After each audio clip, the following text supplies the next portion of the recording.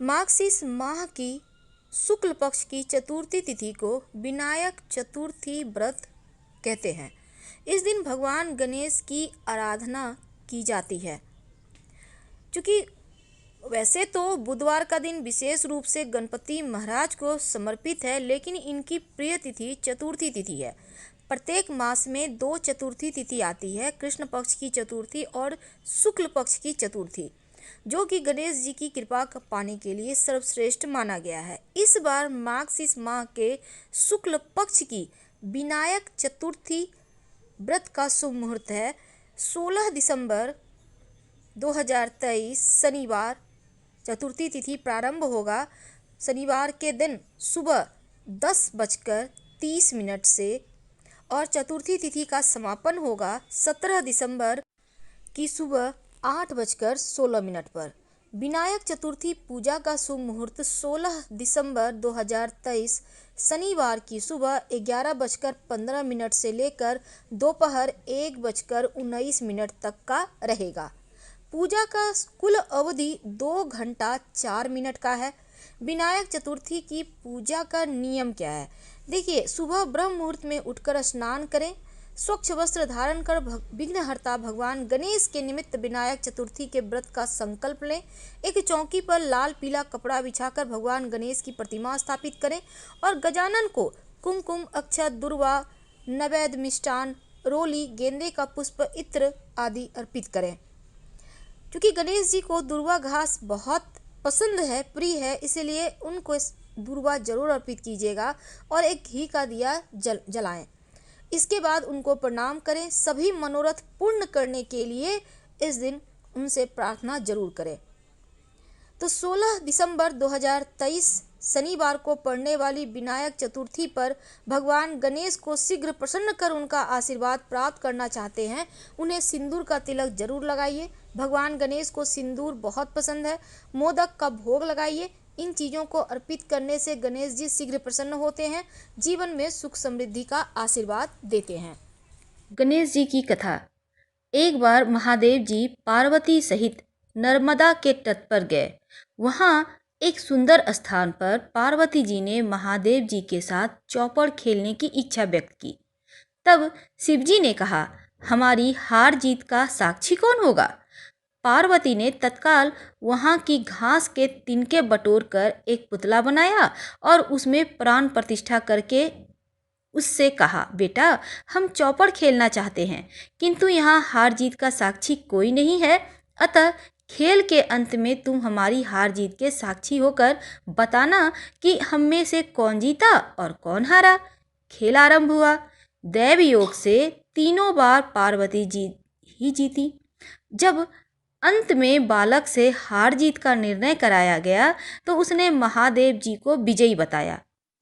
परिणाम के स्वरूप पार्वती जी ने क्रुद्ध होकर उसे एक पांव से लंगड़ा होने और वहां के कीचड़ में पड़ा रहकर दुख भोगने का श्राप दे दिया। बालक ने विनम्रतापूर्वक कहा, माँ, मुझसे अज्ञानवश ऐसा हो गया है। मैंने किसी कुटिलता या द्वेष के कारण ऐसा नहीं किया। मुझे क्षमा करें तथा शाप से मुक्ति का उपाय बताएं। तब ममता रूपी माँ को उस पर दया आ गई और वे बोली, यहाँ नाग कन्याएं गणेश पूजन करने आएंगी। उनके उपदेश से तुम गणेश व्रत करके मुझे प्राप्त करोगे। इतना कहकर वे कैलाश पर्वत चली गईं। एक वर्ष बाद वहां नाग कन्याएं गणेश पूजन के लिए आईं। नाग कन्याओं ने गणेश व्रत करके उस बालक को भी व्रत की विधि बताई। तत्पश्चात बालक ने 12 दिन तक श्री गणेश जी का व्रत किया। तब गणेश जी ने उसे दर्शन देकर कहा, मैं तुम्हारे व्रत से प्रसन्न हूँ, मनोवांछित वर मांगो। बालक बोला, भगवान, मेरे पाँव में इतनी शक्ति दे दो कि मैं कैलाश पर्वत पर अपने माता के पिता के पास पहुँच सकूँ और वह मुझ पर प्रसन्न हो जाए। गणेश जी तथास्तु कहकर अंतर्ध्यान हो गए। बालक भगवान शिव और माँ पार्वती के चरणों में पहुंचा। शिव जी ने उससे वहां तक पहुंचने के साधन के बारे में पूछा। तब बालक ने सारी कथा शिव जी को सुना दी। उधर उसी दिन से अप्रसन्न होकर पार्वती शिव जी से भी विमुख हो गई थी। तदुपरांत भगवान शंकर ने भी बालक की तरह 21 दिन पर्यंत श्री गणेश का व्रत किया, जिसके प्रभाव से पार्वती के मन में स्वयं महादेव जी से मिलने की इच्छा जागृत हुई। वे शीघ्र ही कैलाश पर्वत पर आ पहुंची।